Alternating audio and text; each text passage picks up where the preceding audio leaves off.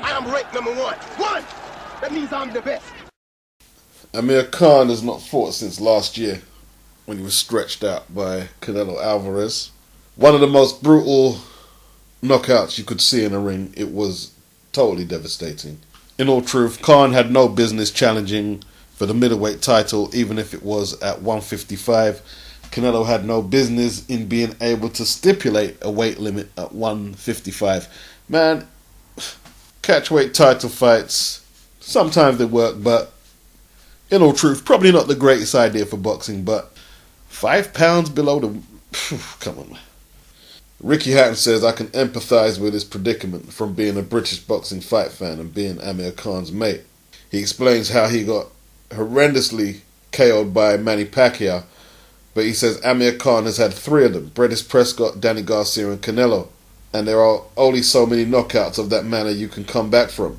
In saying that, Mayweather put you on the counters too. You seem to have forgot that one. Amnesia or something. He must have checked you hard with that chair hook into the turnbuckle. Into the ring post, man. That was crazy. He said Khan's had a few fights and he's had the war with Marcus Maidana, heavy defeats. I wonder how much it's took out of Amir. He said it's a shame that Khan and Pacquiao is a no-go after they agreed terms. He says Khan's only got a few more fights and then he'll probably get out of the game, to be honest with you. I think Manny Pacquiao the same thing. He doesn't think Manny is the force that he once was. He says he's still got enough force to still be a contender at the weight. That goes without saying, Hatton said. Hatton's advice would be for Khan to seek out the Kell Brook fight. The next biggest fight out there and the biggest fight financially is when you have a domestic rival.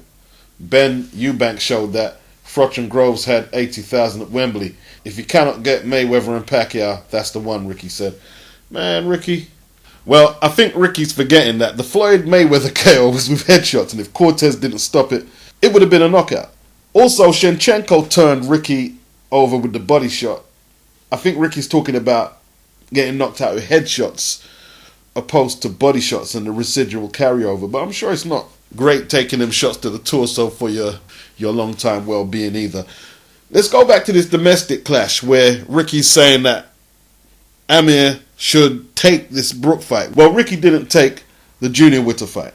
And Khan doesn't have a belt. He doesn't have a belt. He hasn't even had a warm-up fight. Hatton versus Witter pitted 2 guys from the UK who both had world titles at the same time.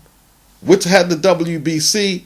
Hatton had the IBF, I believe, what he won from Kostazoo. It would have been a great domestic clash. Now, the timeline for that fight would have probably been 2005, maybe 2006.